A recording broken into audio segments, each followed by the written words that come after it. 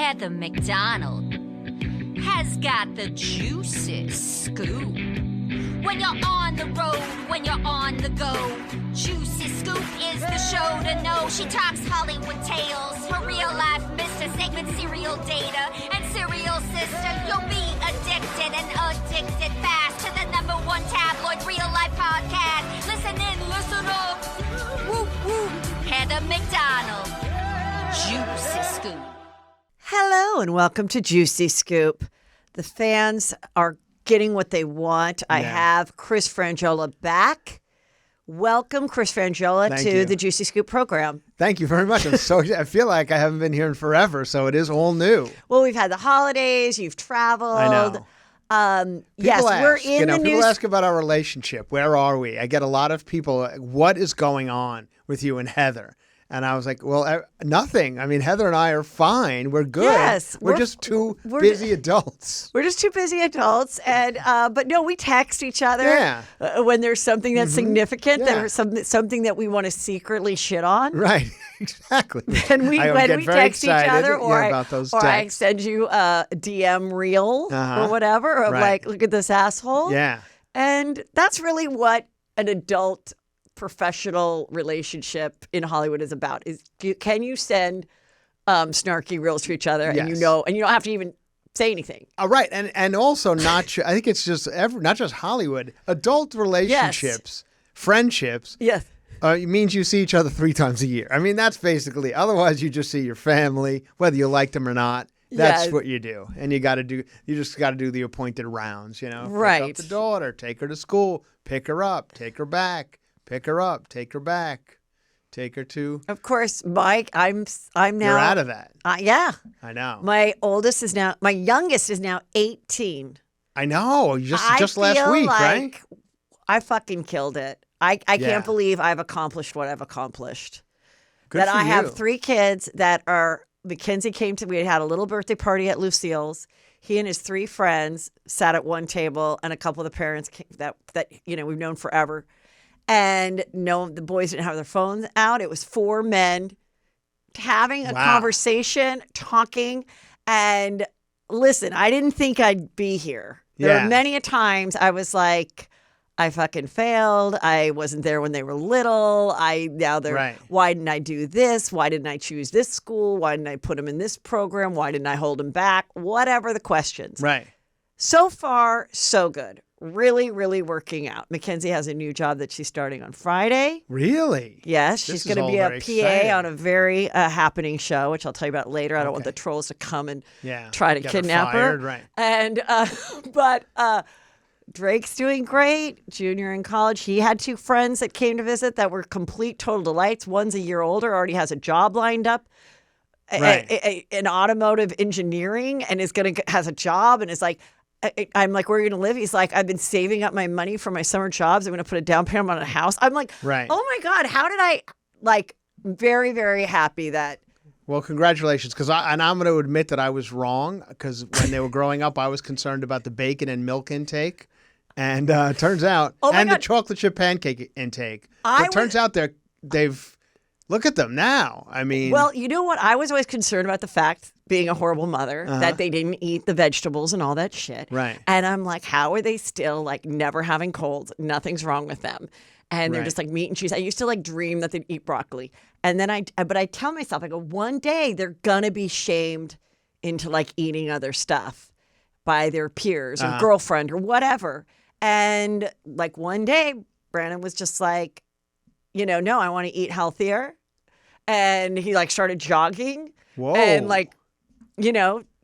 trying different things and starting to cook, and he can totally cook for himself. And I encouraged it, but I also it also kind of came upon themselves. And I'm like, God, good. It is pretty great. And so we're going to go look at Oregon State, Utah. He got into all those schools. Really? And we'll see. Okay. I think now that he got into all these schools, I'm like, are you sad that you didn't even try for any California schools? And he's like, maybe. Yeah. Because I'm like, okay, we're going to go. It's going to be really cold and whatever. We'll see. DraftKings Casino is bringing you only the best classics like blackjack, roulette, and slots, plus exclusive games you won't find anywhere else. I love roulette. It's so exciting. It brings you right into the casino. The stakes are high, and it makes it so fun. Download the DraftKings Casino app now and use code JuicyScoop. New players get an instant deposit match up to $100 in casino credits when you deposit $5 or more. That's code JuicyScoop. Only on DraftKings Casinos. The crown is yours. Gambling problem? Call 1-800-GAMBLER or visit www.1800gambler.net. In Connecticut, help is available for problem gambling. Call 888-789-7777 or visit ccpg.org. Please play responsibly. 21 plus. Physically present in Connecticut, Michigan, New Jersey, Pennsylvania, West Virginia only. Void in Ontario. Eligibility and other restrictions apply. One per new customer. Must opt in and make minimum $5 deposit within 7 days, 168 hours of registering new account. Max match $100 in casino credits, which require one-time playthrough within 7 days, 168 hours. See terms at casino.draftkings.com/new player offer 2024. Well, I have a 4-year-old, so it's a whole different world. There won't be a world. I know, No, exactly. you don't have to well, worry that's about what my wife's always telling me about colleges. I'm like, colleges? Who gives going to be some AI robot doing everything for us? She doesn't. That's a whole different world, and we don't even worry about that. Who knows? Yeah. We're worried about like the next school. And we have to go to like interviews for the next school. Oh, because you're entering kindergarten next. Well, there's 7 kindergartens. There's right. Kindergarten 1, kindergarten 2. I'm like, what is she in now? I have no idea what grade she's in. I feel like this is kindergarten because they're. No, I think she's in pre-K. But what's the difference? They're finger painting. It's not like they're doing anything, of substance. It's done. Yeah. They're painting rocks and shit. Well, I just want to say, I remember when Brandon was in preschool, and we had this big sit-down meeting. Yeah. Because they thought there was something wrong with him because he would climb on the outside of the plaything, like he was doing it a different way. Yeah. And then when he would fall, he wasn't overly sad about it, Right. or then he'd get up and go do something else, and they're like, maybe he has some like sensory issue or something. And so I go, oh my God. So they give us this piece of paper saying all their concerns about him. And I go home and I have that day, my parents were still living next door, so they came to babysit. And Peter and I went to a dinner and we came back. And my dad was like, wow, I read that report about Brandon and that is incredible. And I go, you mean the one where he might have like sensory issues and something's wrong with him? He's like, no. In his like World War II Marine mind, that showed that he was like a little badass that was thinking outside of the box. And also when he got hurt, didn't really give a shit. Yeah, right. All right. So anyway, it turned out he was fine. So it's like all these young moms, like, my God, there's just so many things to worry about, and like, just like have faith. Well, have faith. We're interviewing that you're a good lot. mom, and hopefully it'll all fall into place. Maybe not in the timeline of your neighbor. Yeah. Like I'm a dad though. Yes. Yeah, I'm a good. What do you mean I'm a dad? No, you said you just have faith you'd be a good mom. Good parent. Good parent. Right, that you're right, exactly. Yeah. You're a good parent, you're there, and like there's gonna be phases and there's gonna be ups and downs. But it's going I feel like I'm there more than most dads. And I'm not gonna speak for everybody, but I feel like I want a little more credit than I'm getting in the household because I'm there a lot. I am there. Believe me, I'm doing things. In the household, you're getting it from the outside people because at least in my day, it was Peter that was like having to pick them up from school and stuff. And then everyone just thought he was the greatest thing that ever lived. And then he headed up this golf tournament that made more money than the 3-day carnival. Right. Because he like is a dude and worked out the profit and was like, this is a more profitable thing than having everybody try to, throwing make water 25 cents off of like a little game. Yeah. And so then, they just thought he was the greatest thing. And I'm like, well, I'm still doing everything too, though. Like I'm still like, you got to get some credit. And like, it all works out. Listen, anyway, well, come good. Together for the kids. That's if what they're we're still doing. we're going to get into a few things and how the world is ending in a minute. A Real Housewives of Salt Lake. We finished the season. We finished the reunion. I have to talk about it. Okay. There was this girl, Monica, that I've talked lots about. Right. She turned out she was an internet troll. Oh. She was I heard about it. internet troll. She had a name or something, right? Reality Von Teese. Yeah, Reality Who Von went Teese. after the girls. Really, she went after Jen Shaw, who she tried to be Jen Shaw's assistant because she wanted to be on the show. And she was like, Jen Shaw's on the show. I want to be on the show. She's in prison now. Yeah. But this is before she was in prison. And she was like, Kim Kardashian made it because she was An organizer. Paris's organizer or assistant, basically, Yeah. to do her closet. I'm going to weasel my way in that way. Well, in it, she claims I realized what a horrific person she was, and I started to record her. And I also suggested that she get cameras in her home. Right. But when she hooked it up, the cameras came to Monica's phone. So then Monica sets up this fake account, this troll account, anonymous, called Real Avantis. And in it, she starts releasing a video of Jen Shah, now convicted criminal of stealing from old people for 20 years, screaming at her designer and her staff and being a horrific person. Okay. So I discover it and I'm like, oh my God. And I start corresponding with person. I'm like, who are you? I thought it was the male designer. She claims a few of them were on it. She gets on the show, but also during the time, she would also post all this awful stuff about the other cast members under the guise of, look at the awful thing that Jen Shah said about Heather Gay. But then she would show it like 15 times that she called Heather Gay Shrek or something awful. Right. So, a lot of them didn't really like this account.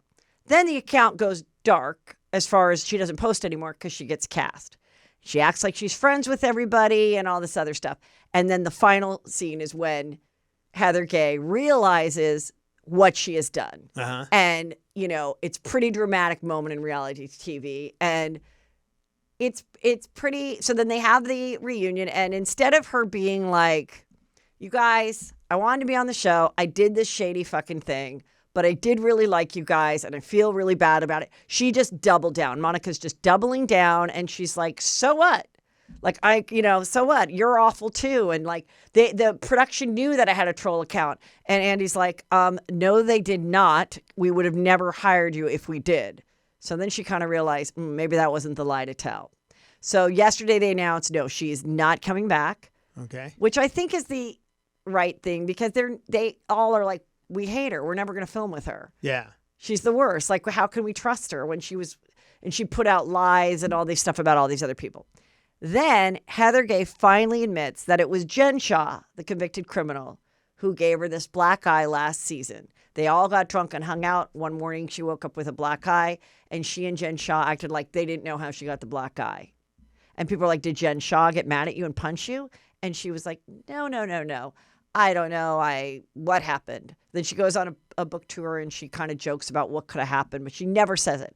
And then yesterday they finally go, so Jen Shah did give you black eye. She goes, yes. And they show like this footage where you can't hear them, but it sounds like it could be them working out the scheme that Jen Shah gave her the black eye.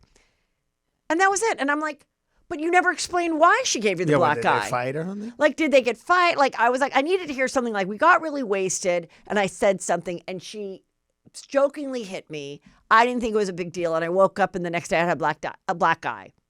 But I didn't want to say that she did it because I didn't want people to think that she was more violent than she was. Like, I still feel like we don't have the answer. Right. And I think she's being careful because Jen Shah is a badass who's in prison. Sure. And I do think that is scary because they could meet somebody in prison. I mean, that's send what her happened. After her? Yeah, they could send somebody after her or she could be sued or whatever. Yeah. So there's the whole thing. I think it is amazing because and then Heather Gay says to Andy, which I thought was interesting. She goes, Andy, you know that every housewife in every franchise says the only bad thing about this job is the horrible social media trolls and fans that go after you and are anonymous and all this stuff. And then now we have one in our cast. Like, we cannot, it's like having a terrorist like hanging out at your home. Like, it's just, so I agreed with all of that. And I thought she did a good job. And then I also thought that Lisa Barlow was like, Andy, I feel like you don't even care what we've been through. And so she's not coming back. She'll probably go on some other some other reality show like Villains or Traitors or something. Mm-hmm. Yeah. And that's it. So I had to feel that I know you don't care, but I had to. I don't. It's not that I don't care. It's not but my. I know, but I just want to say it was kind of juicy because it was you might about as well the been social speaking media. Chinese that last 8 minutes. I know, but it's okay because otherwise, what are they going to do? No. You're right. So she got the boot, and here's the black guy. Oh, that's her with the black guy. Okay, so now let's talk about the other Oscar assault on women. nominations. Oscar nominations. Right. The only thing you really have to know is that the director of Barbie was not nominated, Gerwig. and Margot Robbie, the star of Barbie, was not nominated. However, Right. America Ferrera was nominated for Best Supporting. And then also Ryan Gosling was nominated for the man. Was he supporting? Yeah. Supporting. And so basically the Oscars is like what could be Barbie 2. Like it's basically the storyline of like we put this all together, we made the most money, and we still didn't get the two women didn't get nominated and the guy did. Right. Which it's all okay. Here's my opinion. Please give your opinion. First of all, the Oscars at this point, let's face it, it doesn't have the pomp and circumstance or whatever it once did. It feels like it's lost a step over the past few years. For whatever reason, I'm not exactly sure. Yeah. And so for that reason, we need to get as many eyes on it as possible. That's all the Oscars is for. It's for ratings. So when they have voting, whatever, the Academy votes, and they get these votes and they count them all up, and there's not, just change it. This is not the presidency, just like Greta Gerwig didn't get enough nominations. Wasn't it the Oscars where they used to be like, and now we have they bring out the accountants. The accountants, they'd bring out like their old-fashioned suitcases. Two guys come out, they got a chain to their arm or something, Price Waterhouse, accountants. And it was always like, nobody cares about the votes. People want to see Margot Robbie in a dress on ABC. That's what we want. So if she doesn't have enough votes, when you look at it, you're dumb. Well, she still could win an Oscar for Best Picture because she is a producer. Okay, but still not as fun as Best Actress. Yeah, not as fun. You just change it because there's been a few. Every year there's a big snub like this. This seems to be a real big one, but there's always one, and it's just like, well, that's the person we want to see, and you're all looking for ratings on this, so just change it to Margot Robbie at the bottom. I don't know how many people actually vote. Are we talking thousands? I'm not exactly sure how the Academy works. But I mean, I really do think that if these people voted, really watched all the movies, which I certainly did not, right, and they had to pick, is it 10 for each category now? Or no, it's only 10 best pictures. So it's like could 6. be up to 10. Okay, but it's like 6 for the normal categories or 5. something. 5. So that's not a lot. No. So if you saw everything and then you really thought about like whose performance really moved you, and most likely, probably still 80% of the voting people, maybe not 80, but a good majority might be older and might be men, or even older women might not feel like this Barbie movie was the greatest thing they ever saw. Right. And so they're like, no, I'm going to vote for the old swimmer. What's her name? Yeah, Naiad. Yeah. Annette Bening, yeah. Annette Bening got nominated for being this. Yeah. She's a lesbian swimmer, right? Yes. And so she swam and like good for her. Yeah. I'm sure she was amazing. Look, listen. It is. I can't bring myself to watch these movies. I'm like. Which ones? I haven't watched any of them. Well, what did you watch? I watched, of course, I watched May December, which was snubbed because that was about the Mary Kay Letourneau story, which is, there's only a few stories in life that I'm obsessed with. Right. So Mary Kay Letourneau, Oppenheimer, Menendez brothers, Scott Peterson, which is getting a reboot, and getting a reboot in reality. In real life because they have the LA Innocence Projects, and Betty Broderick. Those are the only stories that I will revisit over and over and over again. Not Oppenheimer. Yeah. All right. I will watch the Oppenheimer. What about Maestro? The one about I don't want to watch it. That seems like I can't bring myself to see it. I don't want to see the flowers in the wind. Flowers. And I know people are going to write in and be like, Heather, and you'll love it. Maybe I will. Maybe I'll watch it. Maybe I will bring myself to watch it. Maybe I'll really put in my schedule. But every time I get in my bed or whatever and I have time to watch something and I whip out and I start to look at the overwhelming things, I go back to what I've been watching all week. I think everybody does. I think Which is your phone. My phone. I know. And then when I can finally put down my phone, my new obsession, which I talked about last week, is the return of 2010 Millionaire Matchmaker, LA. Oh. It is. The old ones? Or it's so comforting. Patty Stanger looks like a completely different human. Yeah. And she has these two punkers that are working for her, trying to find millionaires. It's like the most produced fake thing. Right. Everyone has a sky top on. No one has eyelashes. Everyone has thin lips. Wait a minute. So this is the actual old ones. It's not a reboot of it. Netflix bought it. And I cannot stop. I can't. I like, there's something about that time of my life. It was like we were at Chelsea lately and my kids were little. And I don't know. It's just like, it's so bad. It's good. Okay. I can't. So, I mean, if I can turn that off and watch these Oscar nominees. I would think Kills of the Flower Moon might be better than that, but I don't know. I'm sure it is. But there's something about like finding it and putting it on. And then also, I think back in the day when we would get the screeners and we would have DVD players and stuff, it kind of felt special. Like, ooh, everybody else has to go to the movie theater. They'd have the FBI warning on the front, like you're actually breaking the law. Right, and I was kind of like a flex. Yeah. Where I was like, oh, saw that one. Because we didn't have to go to a movie theater. We could actually just watch it in our house. Right. We got the DVD sent to us.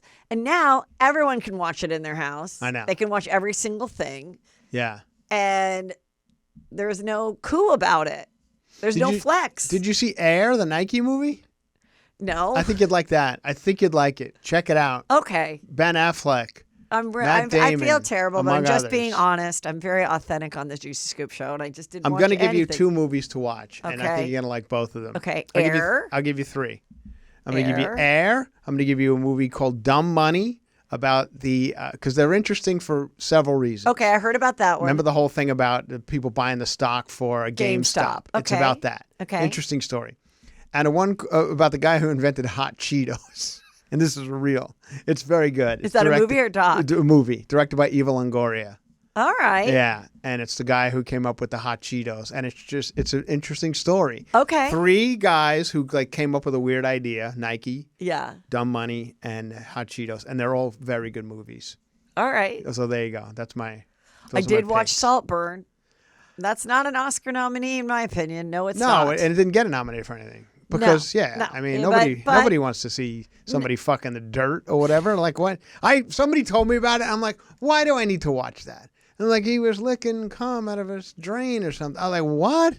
No, this is what I've heard. It is not.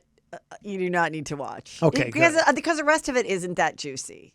Like I kept going, oh my God, this is going to be like one of those juicy rainy day movies. Like I'm so excited to see it. It's going to be like a talented Mr. Ripley. And there wasn't enough of that juiciness. And then those 3 scenes that are so shocking, that are so like really gaggable, kind of just makes you not even appreciate the rest of it, where there were some funny lines and there were some cool moments. Right. But there just wasn't enough. You're like, what is this? And you're like, wait, is he gay? Is he straight? Are they rich? Are they satanic? Like, what is, it was just like, I don't know. It wasn't good. I like the song, Murder on the Dance Floor. Oh, is that from Saltburn? Yeah, it's in it. Oh, I've heard it's that in song. that. That's right. All right. Okay, moving. And Jimmy Kimmel's the host. Jimmy Kimmel will be the host again. Fine. He gets the Who job cares? done. Yeah, he's perfect After for this, it. I mean, are we going to risk a person? Now, we talked a little before the show started. We haven't talked about it. Our friend Joe Coy. Yes. Yeah. And it seems like old news now, but it was a few weeks ago. Yeah. It is old news. But I think in light of the Barbie thing, that was a joke that everyone got really mad about. It is like there's based on a 700-page book, and then based on a doll with plastic boobies. Yeah. And which also boobies is a word that Chelsea always used, so I feel like he picked it up in the last 3 years. I was like, haha, boobies. And it was just such a dumb joke. And then for this to happen where again it's like, these men just think this is a dumb movie about Barbie stuff, and guys just are like, if they don't like it, they don't want to go see it. And, whether you liked Barbie or not, it doesn't. Barbie brought in $1 trillion, right? And this whole town is built on the fact that these movies need to make money, right? So the fact that this movie brought people back into the theater, which is next to impossible these days, yes. For that reason alone, they should have been nominated for everything, because it's everybody sitting in the seats at that night watching the Oscars is dependent upon these movies making money. I really think the way the movie thing has to work in the Barbies is like, I talked about this before, but this past weekend was the weekend I went to go see White Chicks at this thing, Fork and Film. Okay. And much like the fancy movie theaters where you can eat during it, they serve you during it. It was like a pop-up, like at a little like restaurant. You could. The screen was great. The sound was great.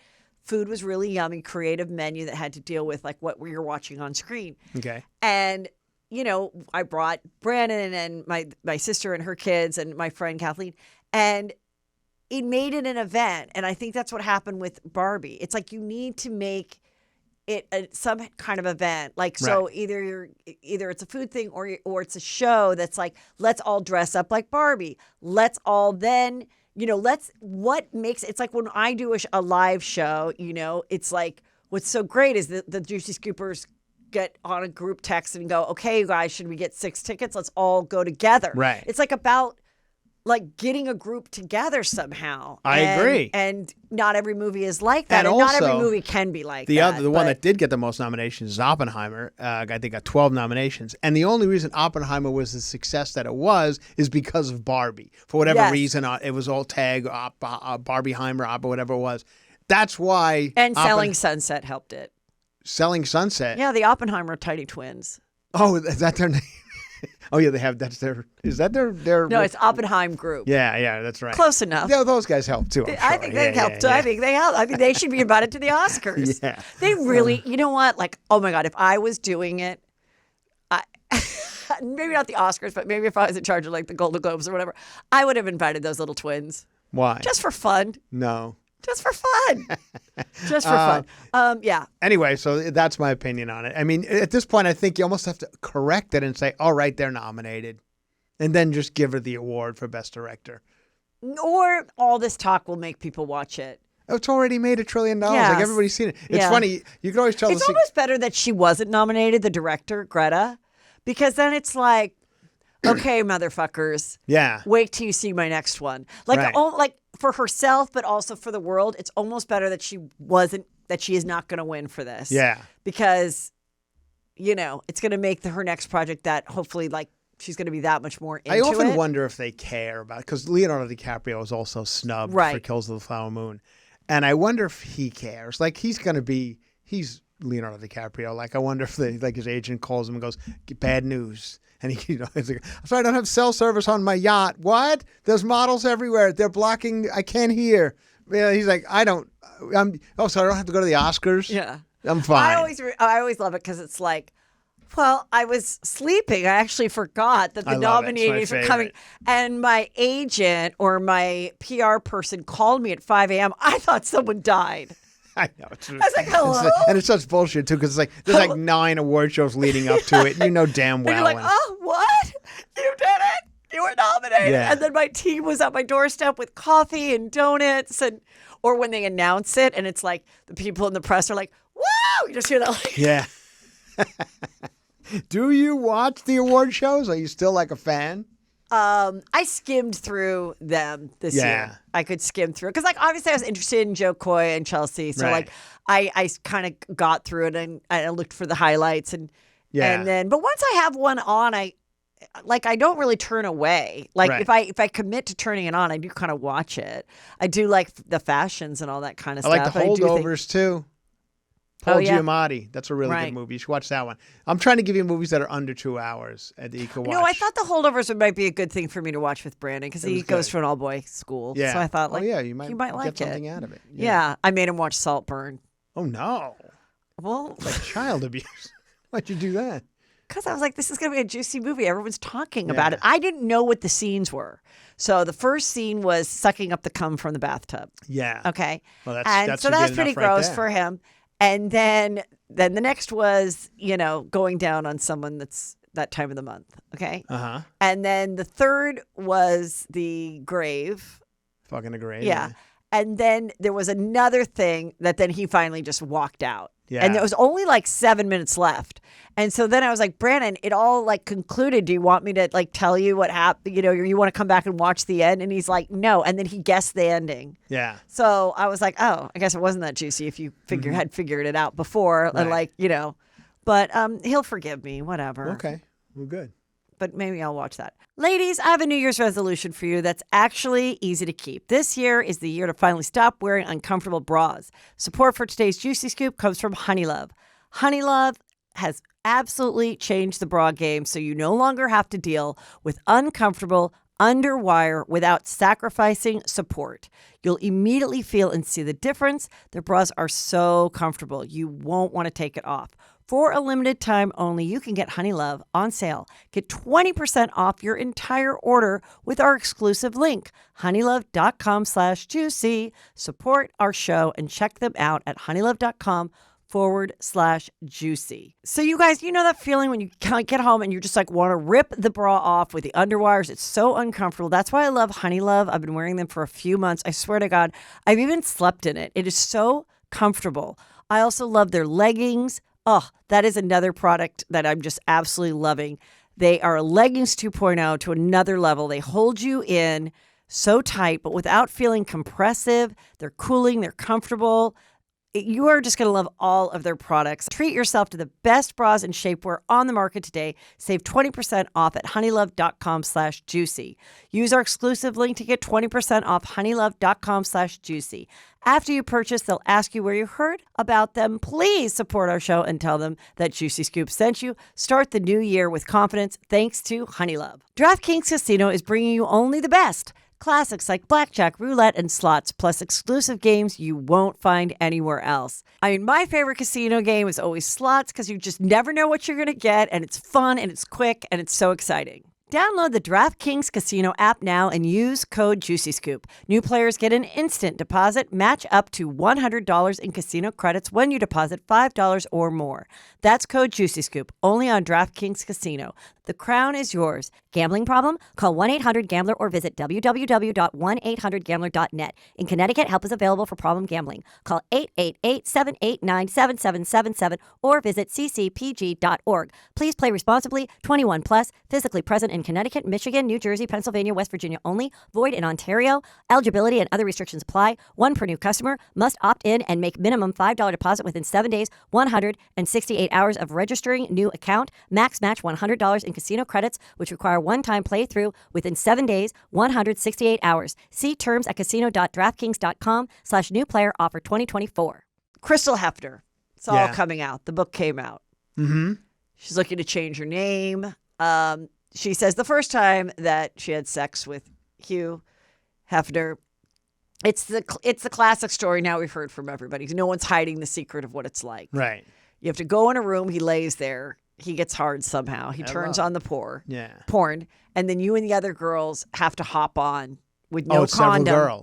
Several girls. You have to hop on with no condom and baby oil. And then a lot of people said baby oil, like for the lube, and she said that's not a good idea, and it gave a lot of girls infections. Yeah, I thought that was. So that wasn't really fun. Okay. And then she was like, "Get me out of here." Then she goes and runs to Dr. Phil's son, Jordan.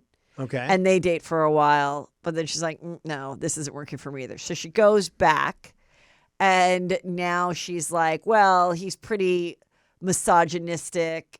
She's like, he was, wasn't that nice. Hugh Hefner? Yeah. Are you surprised? And then, wait, there were some other like kind of interesting things about it. Wait, let me find. So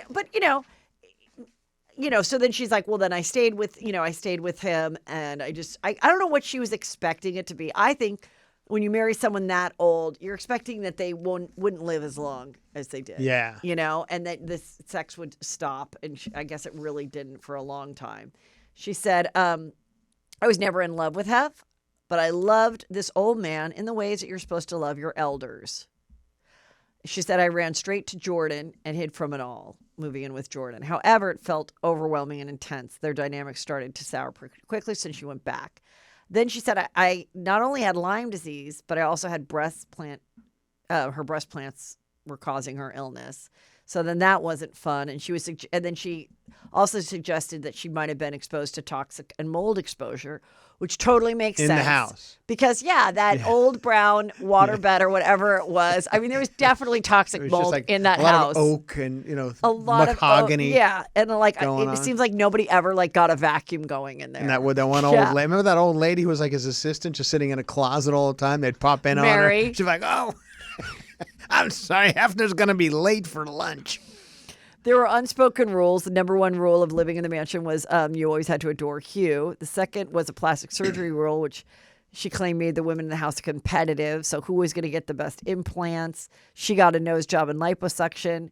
And then he was diagnosed with an aggressive E. coli infection. Oh. But she did hold his hand until the end. Oh, that. But anyway, she said, overall, Crystal felt that Heff had never taken a moment in his entire life to figure out how to please someone else. So that was real shocking. Guess what? Doesn't go down on anybody. Right. Sorry, I don't know what did you expect the 91-year-old to just like really know how to satisfy a woman? She's like, what? She's like, this isn't Saltburn, lady. Yeah, she's like, oh wow, I really would have thought, being that he was such this like man of Playboy that he doesn't care about satisfying other women. I mean, I was like, please. Get the baby oil, sweetheart, and no funny business. I'm just going in for a few minutes and then I'm coming out. I think Casablanca's on tonight.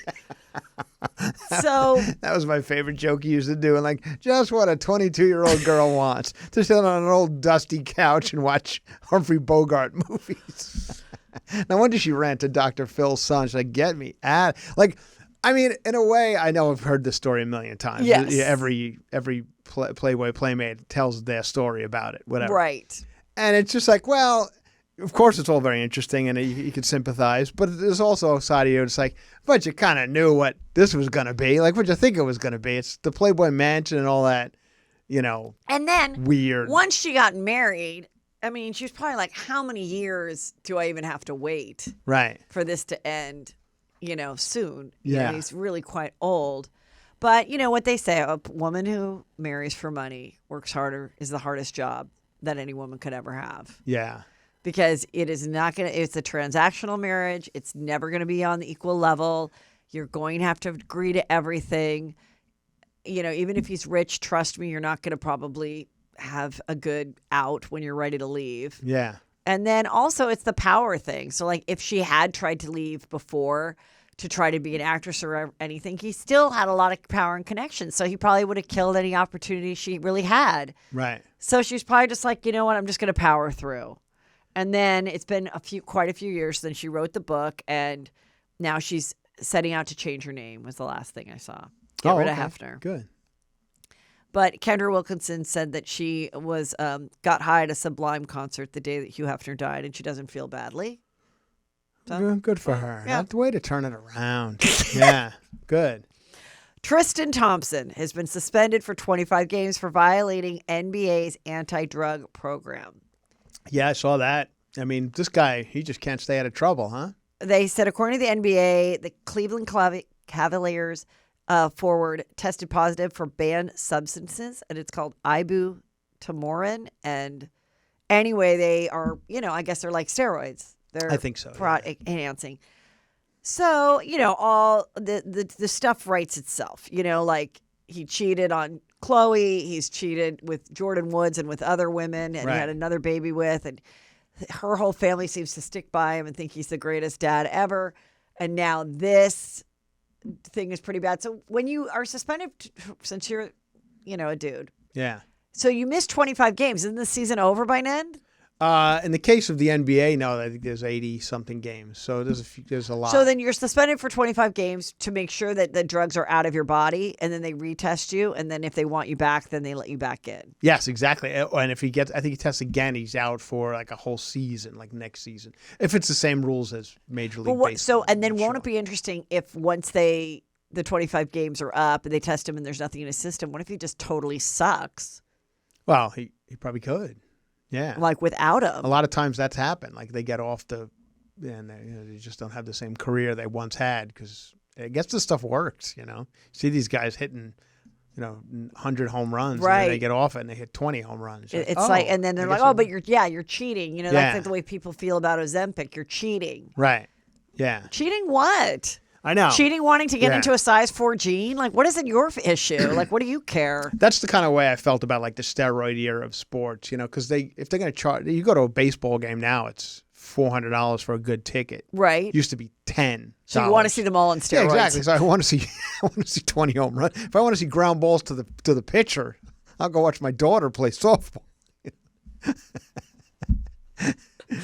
Yeah, maybe you're right. Maybe they just go, oh, fuck it, everyone. But then there's still going to be the people that then don't have the opportunity to get the drugs or don't want to take the drugs. So you've got to take the drugs off the table. When did the drugs first become known? Jose Canseco, I think, was the first one to really put it on the map. You probably remember him. He was this crazy jacked up. Yeah.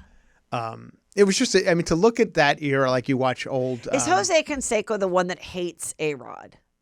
Yes, and and trolls him on the internet. And I think so. Yeah. Okay. Yeah. Because he's the first person who broke down the steroid thing in baseball, and all the other baseball players were like, there were guys who looked right at the camera because they had to go to some congressional hearing about it, and they would look right in the camera. I think it was Rafael Palmeiro was one of them. He looked right in the camera. And he's like, I did not do steroids, and of course he was like a Clinton. I did not have sex with that woman. Completely steroided out for his entire career. And most of them were. Anyway, that's a boring story. For this podcast, it is. Yeah. It is interesting. So, we'll see. Okay. Meanwhile, in the Kardashian world, Kanye West had his now legal wife, not legal wife, I don't know, but she was just having to cook in this kitchen that's just nothing fancy. It looks like, it looks like a small house. It looked that redid their kitchen in 1995, and she's wearing a black, zip up dominatrix hoodie, boots, and the tiniest one piece, and then another one he put her in a black dominatrix jacket with these weird shoes. And Chris Franjola, I noticed you had a funny little comment under here. Chris bringing the comedy in the comments. He writes, do you live in a one-bedroom in Yucca? Well, if you guys knew Yucca here in Hollywood, it's a street, and there's the apartments on that street. This makes so much sense. I'm ready we're ready to see those blinds. Yeah. And there's only 3 missing that cover the aluminum the vertical, sliders. Yeah. This looks that brown carpet, that kitchen that you saw in the earlier picture. Cream walls with white trim. It's all so one-bedroom apartment on Yucca. It really is. That's why that was the most shocking thing about the pictures. I find this girl to be very attractive. Very attractive. She's a very good-looking person. Everyone's like, why is someone not, rescuing her? I have said it, and I think I'm on the right side of history in my prediction. I think she's completely in on it. I don't think they even fuck. Right. Like the other girl. I think, Julia Fox said they never boned. And I think she's fine. I think she's getting paid under the table to go along with it. Right. She came from some mafia family, allegedly from Australia. Okay. And I think she's just I don't care. I'm going to be more famous than anybody. And whatever. If I want to leave in a month, I'm going to walk away with probably $2 million. I always wonder when. So then he did a photo shoot and he invited the paparazzi. Yeah. And so she has some weird fur rug on her head and something. And then he is covered playing the piano while she does it, this video, with his head. And then here they are wearing raincoats and they're both naked underneath, or she's just naked underneath a pair of boots. Uh-huh. And then this is the best one. She wore these pants, these little shorts that had a little circle. Like a dick And this hole. guy, Gillette Slays, I follow him on TikTok. He said it's for... you wear these to do a strap on. Oh. And remember when Amber Rose had that great Twitter thread where she said he likes me to do butt play with him and everything. Oh. So I don't know if he wants people to know. I feel like everything is deliberate. So I don't think that she just threw these on before going out and she used them the night before to service Kanye. Right. I think everything is deliberate and he doesn't care. I don't have those in my but look at his drawer. awful outfit for just going out. He wears a sweat, a crop top sweatshirt. He looks heavy. He needs the Ozempic, honestly. I just don't understand when you start dating somebody. I don't know how they met. Did they ever say how they met? She worked for him or something. Oh, she was hired him. Yeah. And then he chose her because she looks like Kim. And the other thing is this his art of mocking Kim? He found a girl that looks like Kim. Yeah. It's whatever. What do you call it when people do where they're live art, like doing something. Performance art. Yes. Yeah. I think this is his version of performance art. Right. And it's to mock Kim and her sexuality and, and how sexy she was. He found a girl that's like a younger, more natural, pretty, very pretty version, very similar to Kim's face. The greatest, 15 minutes of my life was years ago. My brother, my older brother, was dating a performance artist in New York City. And, that's what she called herself, I guess, And my mother trying to explain to my father what a performance artist was. And my father just couldn't understand it. No, she's an artist? She does paintings? No, Gene, she's a performance artist. She does performance. Like what type of performance? And then my mother's explaining, I don't know, eats dog food or something. But she's a bullshit artist. That is something you can't explain to an old white guy. Like so many movies have scenes of people going to an art opening or art exhibit or walking up and looking at something and then a guy hits on you. Yeah. And I'd watch so many movies and then I'm like, I'm going to go to a museum by myself today. And obviously I'm going to be, love it. And I'm going to have someone hit on me and experience. And after like a little bit, I was like, all right. Yeah, I got it. Like how, I don't know. I know. It can be, I mean, it's a good thing to do, like, for yourself and for the kids. But I feel like it's in so many movies and it's not in real life. Like, how often are normal people going to, like art openings? Unless you're in that world. I know, but I feel like, there's a couple of good... I miss the days of, speaking of that type of behavior. They're like the 80s or early 90s movies where the rich people were just... aghast at a poor person would even enter the same room, and they would visibly and audibly just go, oh, like. And also the soundtrack is always like, like opera music. Yeah, they're like, oh. Like Tom Cruise comes into that in Cocktail, I believe. He gets into a fight at an art exhibit. I will say. He was a bartender. What the hell are you doing here? Not to toot my own horn, but the white chick's jokes, totally funny, completely held up. Yeah. Oh, really? Still? That's good. Really funny and totally held up. I mean, yes, you're watching a ridiculous fun movie, but there were some really funny jokes that I forgot about that were in there. That's good. But I agree. That's so true. Okay, so Travis, Kelsey, he did the little heart thing. Yeah. They're definitely together. The brother took off his shirt and then he helped this little girl say, like, I guess the little girl was a Taylor fan. Yeah. But so she was behind their rich person booth, but she seemed like she had pretty good seats too. So then he went down and lifted her up so that she could like wave to Taylor, but Taylor didn't come down and he didn't let the little girl go in. Right. And then of course people criticized that. It was like, I wouldn't let a grown man pick up my daughter. And other people are like, what? Oh God, leave it alone, you weirdo. This is a nice moment, you fucking weirdo. They're like, he's a dad of just 3 enjoy kids. Like, he's something. Enjoy something, you fucking maniacs. But, he had fun. And, this is all for podcast listens, obviously. Their show is killing it. The Kelsey brothers. But I was going to say, and then this guy got arrested in front of her apartment, the stalker. Yeah. Yeah, he'd been loitering around in front of her apartment. And not that I don't want to take anything from her. Right. But do you know how many women have strange people loitering in front of their apartments these days? Yeah. And the police will never come or care? Yeah. I mean, we all have people loitering that are saying weird shit in front of our apartments. We can't. I don't. Well, I don't live in an apartment, but I mean, it's like, what are you supposed to do? I'm like, wow, they really went. Like, good for them for arresting him, and I definitely think he's a threat. But like, it'd be nice if other people could get that kind of response. Right. When you think of the messiest celebrity feuds of all time, who comes to mind? Is it Taylor Swift and Scooter Braun? Maybe it's Paris Hilton and Lindsay Lohan. Or just about anyone from any reality TV franchise. Dis and Tell is a podcast from Wondery, hosted by comedians Sydney Battle and Matt Bellassai. Each hilarious episode will take you through one of pop culture's most iconic celeb feuds and serve you a little dose of chaos every week. They recently covered the story of one of the greatest feuds you've probably never heard about, Prince and Michael Jackson. Even though this feud never really played out in the press, there's still plenty of drama and a lot to unpack.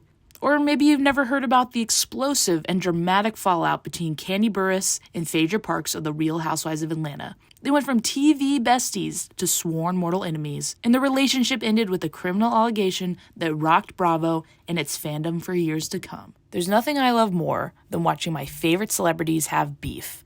Like this last year when Hailey Bieber and Selena Gomez had beef on TikTok, I was living for it. I wanted to know all the nasty little details. Who was being petty? What other celebrities were they pulling into the fight? How did this even start in the first place? And I can't wait to listen to Dis and Tell and dig into so many celebrity feuds, especially the ones I never knew existed.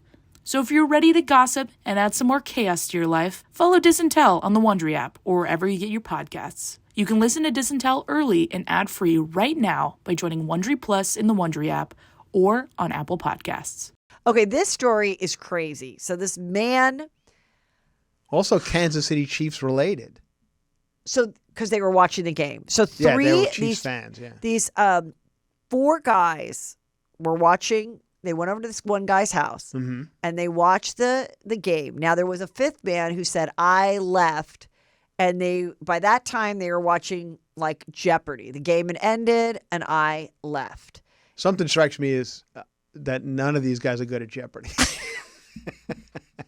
Now, this isn't a funny story per se.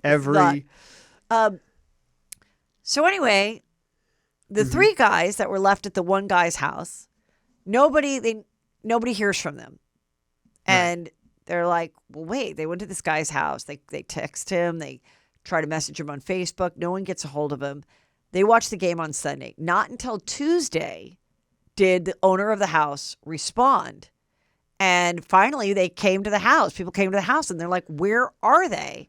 And they realized that they were all 3 dead in the frozen snow and frozen on his back porch.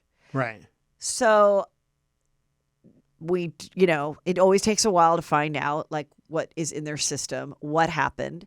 He said, now his attorney is saying the owner of the house was sleeping on his couch for 2 days. Yeah. He didn't wake up till Tuesday. Yeah. If that is the case, then they're either going to find some weird drugs in these people's It sounds bodies. exactly like, I mean, I've heard these stories before. It sounds like, what is that drug that's in all the cocaine? Fentanyl. Yeah, fentanyl. It sounds very fentanyl-y. Like they just tried something for fun. Right. And then they went outside to like have a cigarette or something and then just like dropped dead. And the other guy was already passed out and he lived. Yeah. I mean, and then, who knows where they got the drugs from? That's always something that they talk about. Will we prosecute drug dealers or people, or they're trying in certain cities to prosecute people who just give you a drug that might have the fentanyl if you die. I could be then involved in your death. So I don't know, but obviously this guy, they're going to talk more to the guy who owns the house.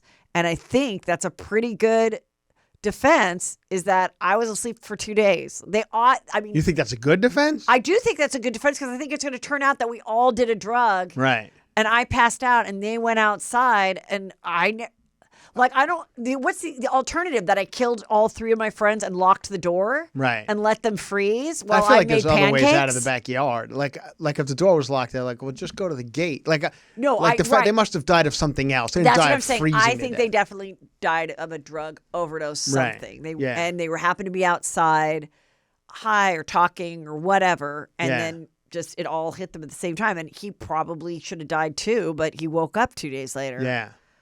I don't know. Very weird. Okay.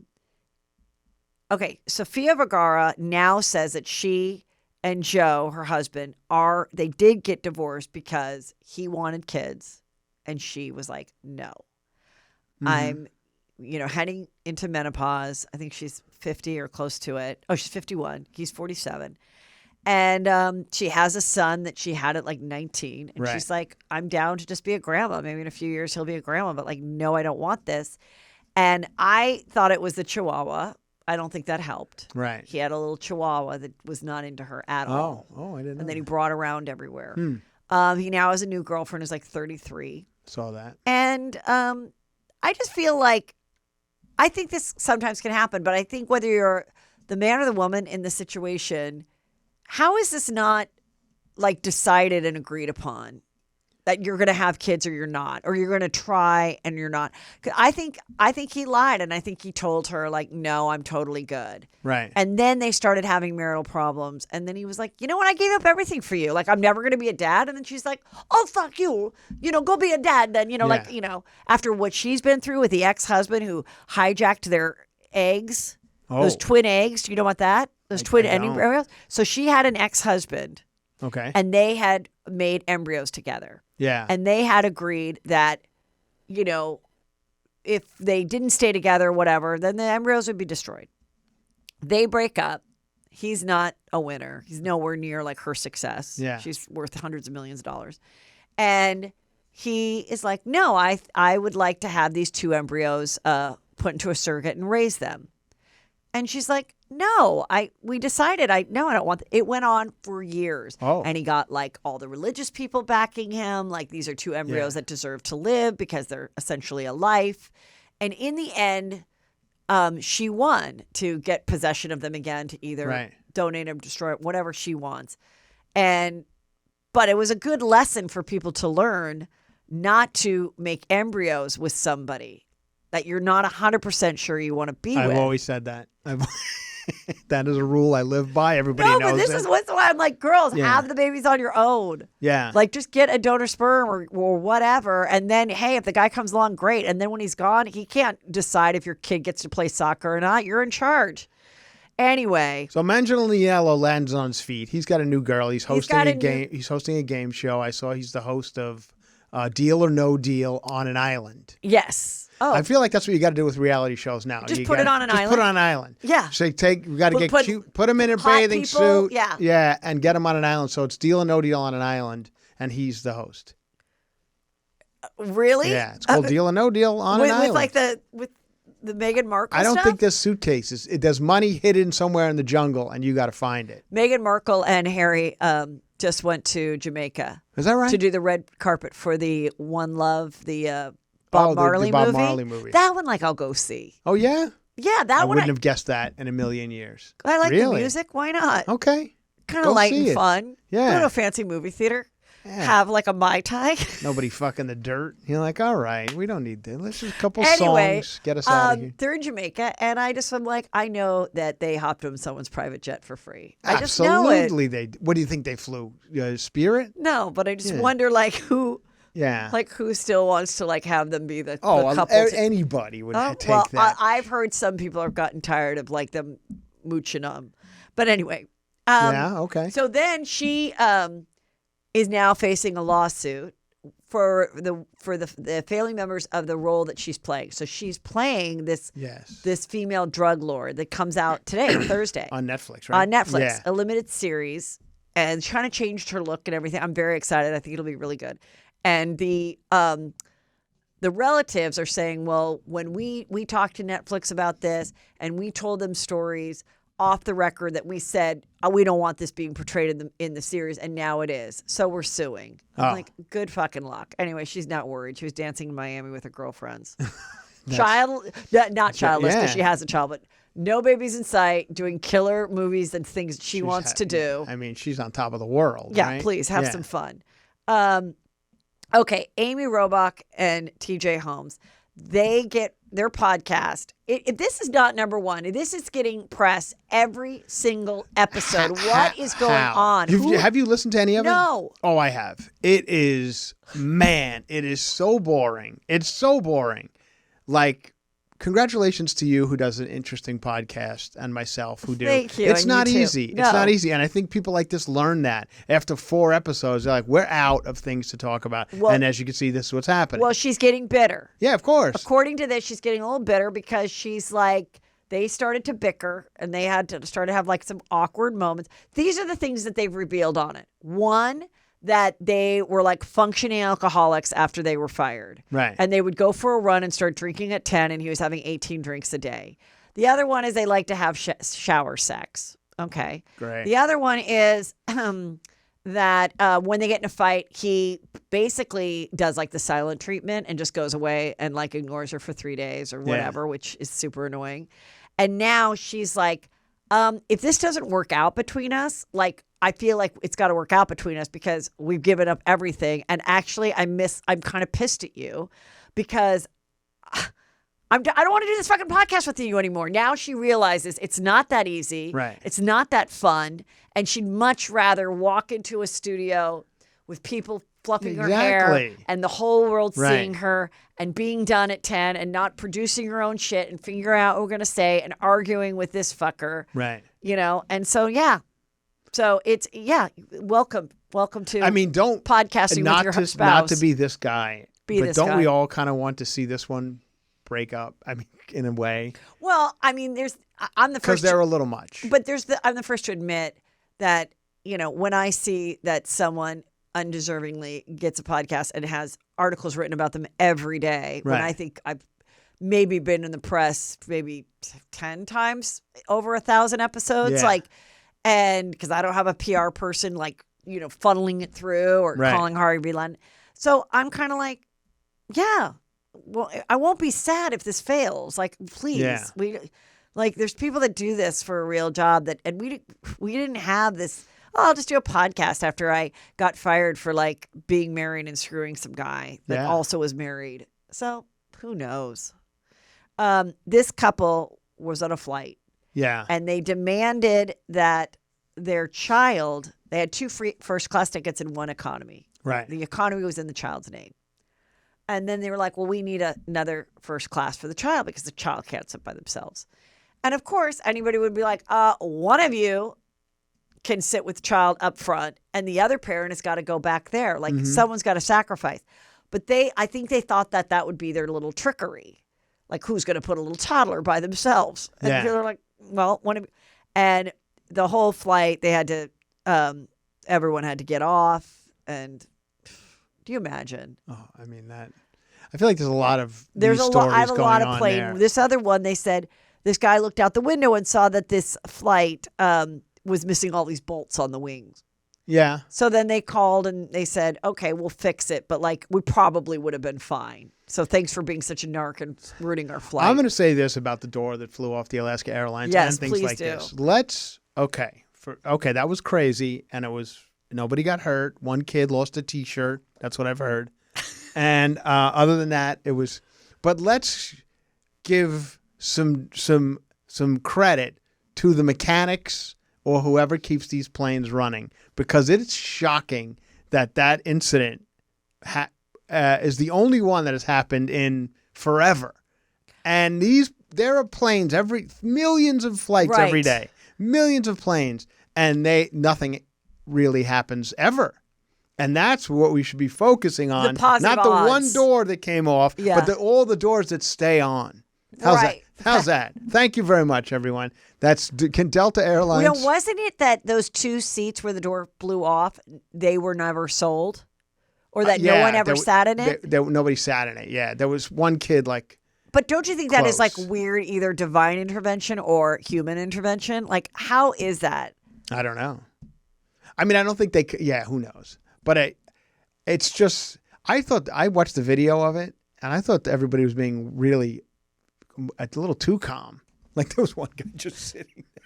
His hair's like blowing, and the door's off. So the door just fell off like mid-flight. I guess it wasn't supposed to be a door to begin with. They put these doors on that type of plane. Oh. And it wasn't actually a door. It wasn't a functional door from what I had heard. But it's, Because I'm always, if I can't afford the first class, I do the exit row. Right. Which always stresses me out because I'm like, there's no way you got to help. I'm going to know how to do this and open the door. Like, we're definitely going to burn if it's up to me. Like, and then if I do get out there, I'm not going to be like the last one to go with the captain. I'm going to go down the slide first. Yeah. I'm and then just act like I didn't realize it. I would imagine you're the type to crawl over children to get out. I got shit to do. I got a 9:30 show. Oh my God. I don't know. So this guy, Nick Cannon, was saying that he he said to the New York, there's this rapper who got 5 women pregnant at the same time. And now Nick Cannon's like, oh, rest up and go to therapy. And these girls are all excited on TikTok that they're all going to have their babies together. And Good for him. What are these girls thinking? I guess they just don't care. Some people just want I just think they just think I can make money on TikTok and I don't need to really worry about it. I was just in Las Vegas for a week. I was in 7 days. I was in Las Vegas performing. And there's a lot of kids in the casinos. But like little kids, like 1, 2, at midnight. But they can't 11 be in the p.m. in the place where you're playing. They can't touch. No, I don't think they can go on like the carpets. They have to stay on the path that leads to wherever. I don't know. That makes me so uncomfortable that you could like be distracted. Yeah. And then like some creep takes your kid. There's. I mean, I don't know if there's any of that going on, but there's a lot of kids in the casino at midnight. I remember when it first became that they were like. Well, it was like 25 years ago where all of a sudden they're like, because there was like the Vegas time, like the casino time, okay, that everybody like was glamorous and it was like this fabulous place to go. Then it like blew, like in the 90s, then it was like, this is becoming too kid friendly. Yeah. Remember they like, that was the angle. They went kid friendly. Yeah. And now it's just like, I don't know. There's just so many choice. Did you go by the Fontainebleau? No, because it's apparently dead. Like there's nobody there. They've just fired their 3rd CEO in like a month. Oh, really? Yeah. You can't even go to like the fancy restaurants or anything? No, I mean, there's nothing going on there. I went over in that area and it was, so anyway, it's this interesting story. What's happening to the Fontainebleau. So, and then this guy is the biological father of 97 kids. Okay. He's now pushing for sperm to be, I guess, not like overly used. You can buy the sperm. You can buy the whole lot, which is what I would suggest any girl to do. What do you mean the whole lot? Like if you go to a sperm bank and you pick I choose to just lick it out of a drain. That's how I get my sperm. No, like if you go to a sperm donor and you pick out this guy and he's cute and and everybody wants the guy that's like of a certain height. You don't want him to be. You want him to be like a you want him to be good at everything. So you want like the medical student who also plays guitar, but also was like on the tennis team or the baseball team or something. Right. And and then you only can like look at their baby pictures, and then you're like, yeah, I want that, but for an extra amount, which some people can't afford, you can say, I'm going to buy all of his sperm. So he can't have other kids. So other people can't buy it, and then they can't. So I think that's going to be more what's going to happen now, because now he's like meeting with all these kids and, So this guy, I mean, that was like his business. He just went in.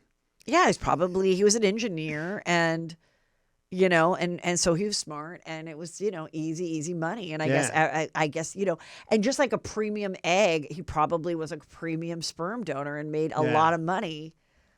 All right. Whacking off. But then there's all these, kids running around.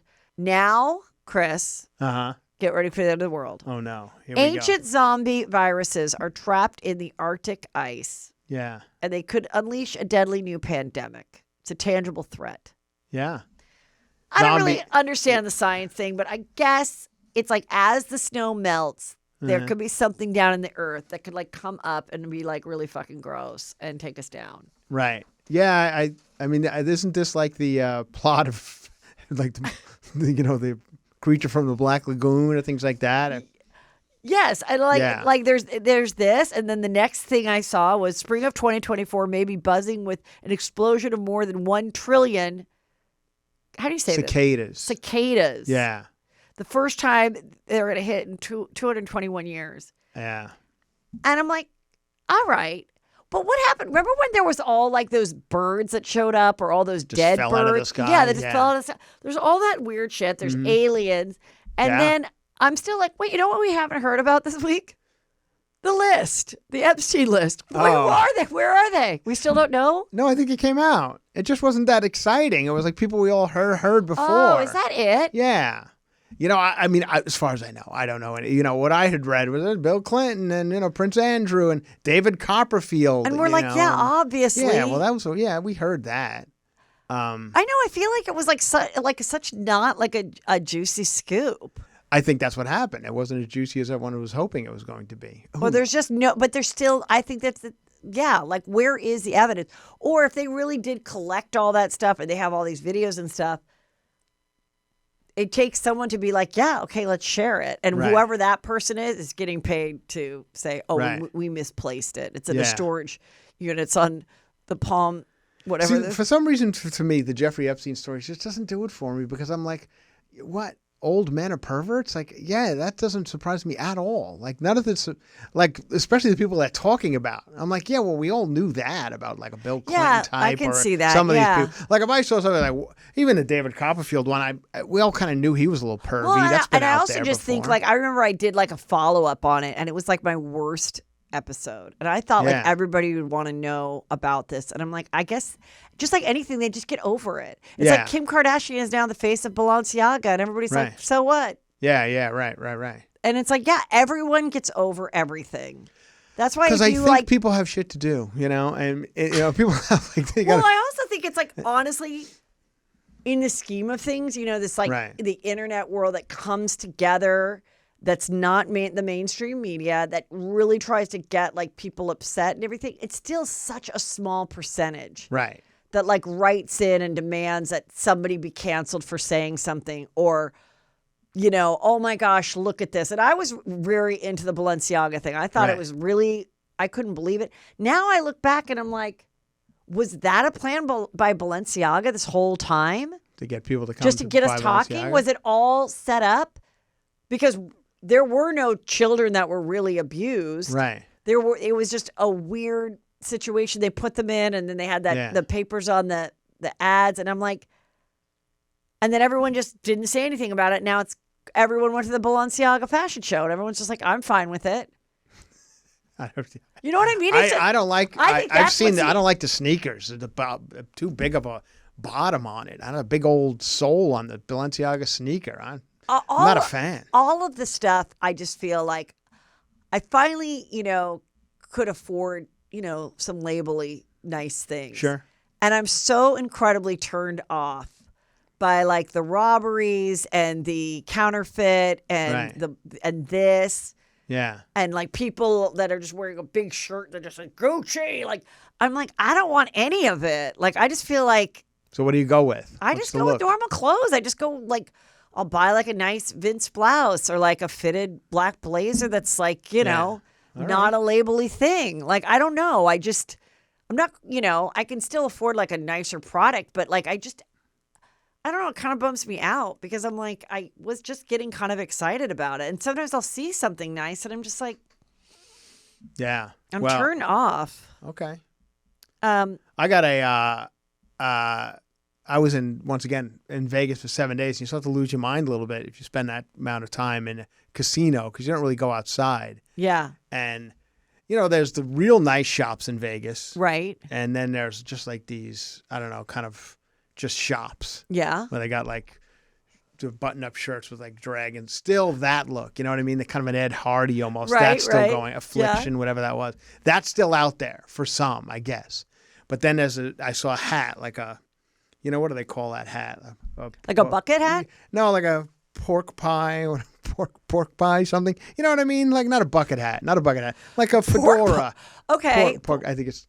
Who calls it a pork pie? I think that's what it's called. I think that's the type for a fedora hat. Yeah, but it's not it like folds up in the front and around the sides. You know what I mean? Like a cowboy hat. No, all right. All right, whatever. Like fine. a derby. Anyway, boy.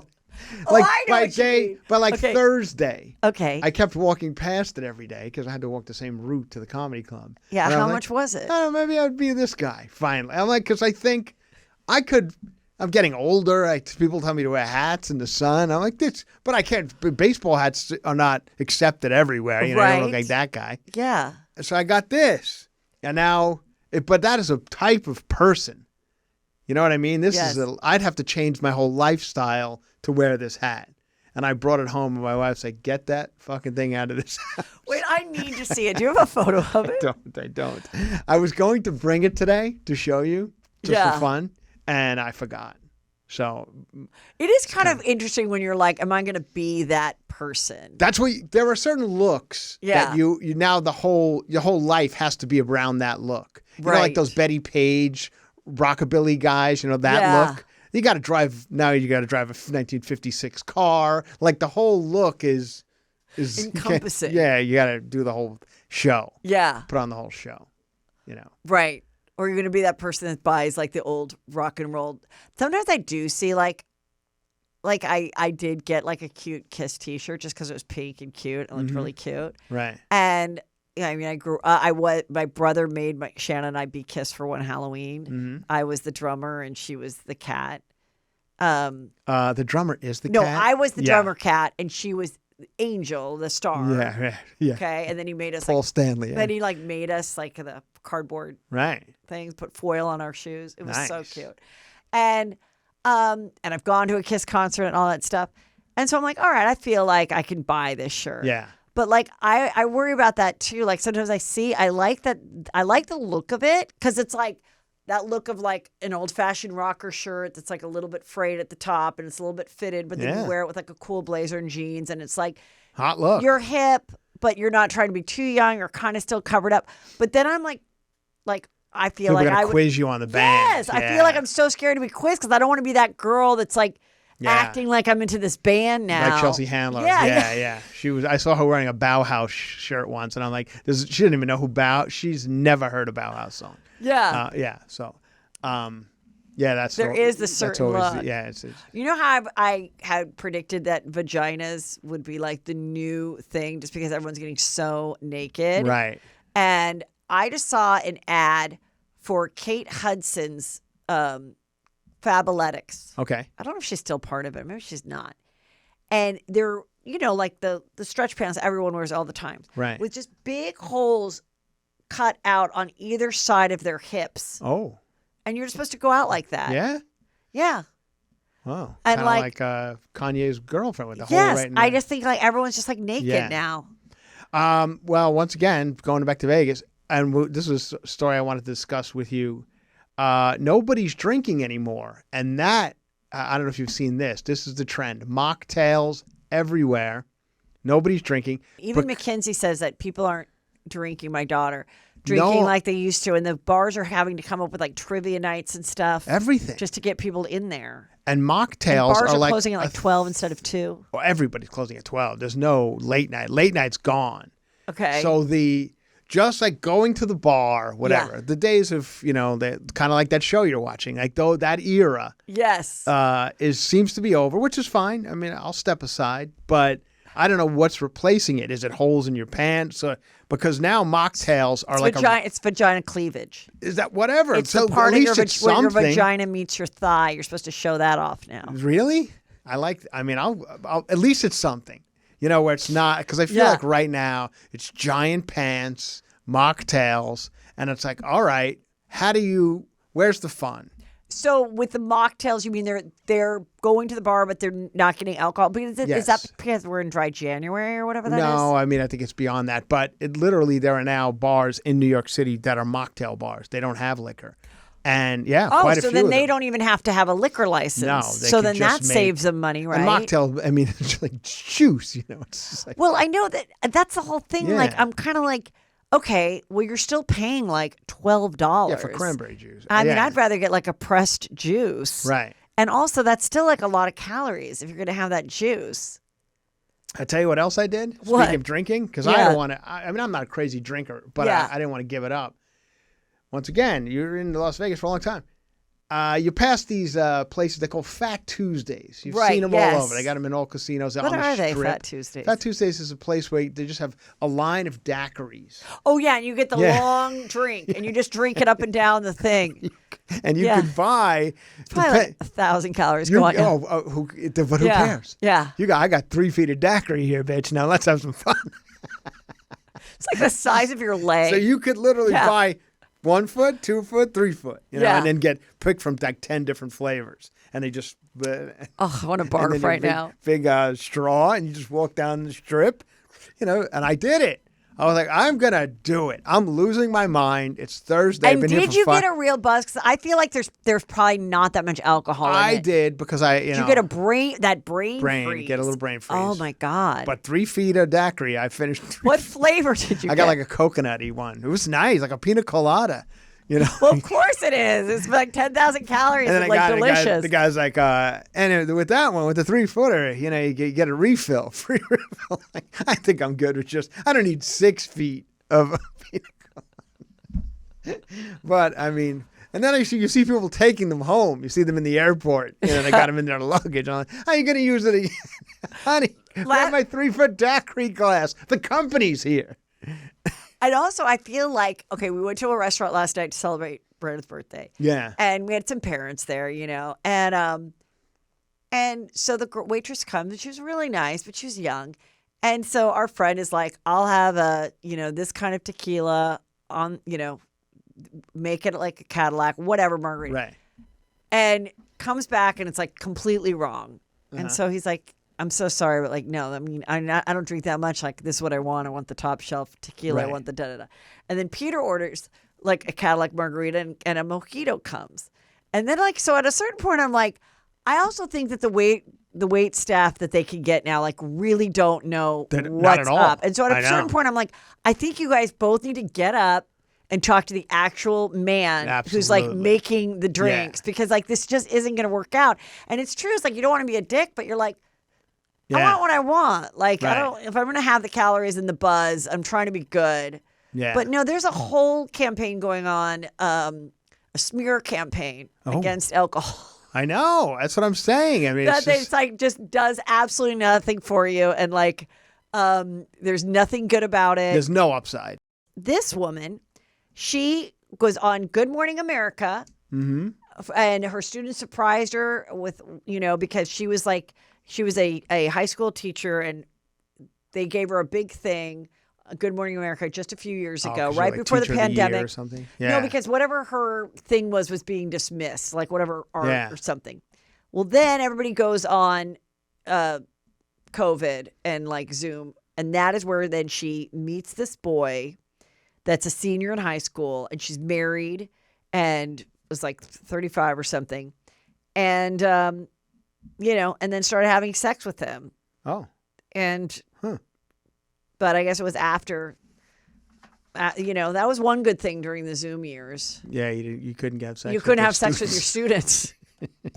So, the minute the Zoom lining. The minute the Zoom ended Everybody now, got back at but it. I mean, she made sure they were all vaccinated, and then she had sex with him 30 times. But I mean, Good Morning America, all these teachers, it's just insane. It's insanity. Tell me what is going on in your life? What shows are you going to be at next? Where I'm going to be now? I'm going to be this weekend, Friday and Saturday. Where? I'm at Hyenas in Fort Worth, Texas. You love that place. I know. I go there a lot. I love it. Fort Worth, Texas, Hyenas. Yes. They used to put you in the hotel that John F. Kennedy spent his final night in. Yeah. That was always pretty exciting. Now they put you in a different hotel, but it was always pretty exciting to see the last, and then he drove to Dallas from there, and that's where it all ended. You ever go see Dealey Plaza, where it all went down? Speaking of John F. Kennedy, so Robert F. Kennedy, what do we think? That he's going to run he's running for president. Is Cheryl Hines going to be the first lady? No chance of that. But I mean, I feel he's getting there is some. I'm really sad I lost touch with Cheryl Hines. Yeah? Why? Because she could be the first lady. Yeah. It is interesting that he has some interesting whatever. Okay, so go back to your dates. So you're going to be at Hyenas this weekend. Hyenas in Fort Worth this weekend. Yeah. Yeah. Then where do we go? Oh my God! Then you did make a cute little poster. You should have sent it to me. I didn't make it. I had somebody make it for me. Nice. I can't do that, but they did a nice job. And then I go to Louisville Comedy Club. I haven't been to Louisville in forever. Okay. Brand new comedy club in Louisville Comedy Club. That's Thursday night, February 8th. On to Comedy Off Broadway in Lexington, Kentucky, the 9th and 10th of February. Then on to Punchline in Philadelphia. That's always fun. Always. Oxnard Improv right up the street here. DC Improv. I got a ton. Franjola.fun has all the dates. Franjola.fun. Podcast is called Cover to Cover. Go listen to that. Follow him on Instagram. He does funny stuff, and then all the dates are there. And everything else. Yes. Yeah. So good for you, Chris. Thank you so much. How's everything going with you? We're just getting started. We're going to go to lunch. I'm going to tell you. Okay. We Everything's great. Yeah. Like I said, it's about, family. Family. Family is good. You and me both. I mean, that's it. It's good. It's all good. Yeah, who cares about all this other dumb shit? In world's the end, ending. the cicadas are coming. Like, get out of here. Just take your family close and let the cicadas eat everyone else. Yeah. What Right. do you get? Or People become friends with freezing to Lauren death. Sanchez. Oh, I'd like to be friends with her. She's not answering my DMs, and neither is Cheryl Hines. Did you know her, Lauren Sanchez? She's got big. I met her once. I met her through the time. It is funny because she Through, was like a local. Jillian Barber. She was like a local Yeah, person yeah. here. It is funny to see the two of them running around at. They are of a certain age, and they're Good for them. running around big boobs on her and stuff, and they're on all the he's all HG or jacked whatever up. it's called. Yeah, they'll live till they'll look like that. It's 80. Everybody's Kidding me? crazy. Yeah. That's what I say. Everybody's insane. And I watch these award shows, and I watch him. Yeah. And you could be rich and whatever. You're still fucking insane. The award Amazing. shows, these people get up on stage like, has this guy ever spoken in front of people before? I mean, bunch of idiots. All right. Bye-bye. Love you, Chris. Bye.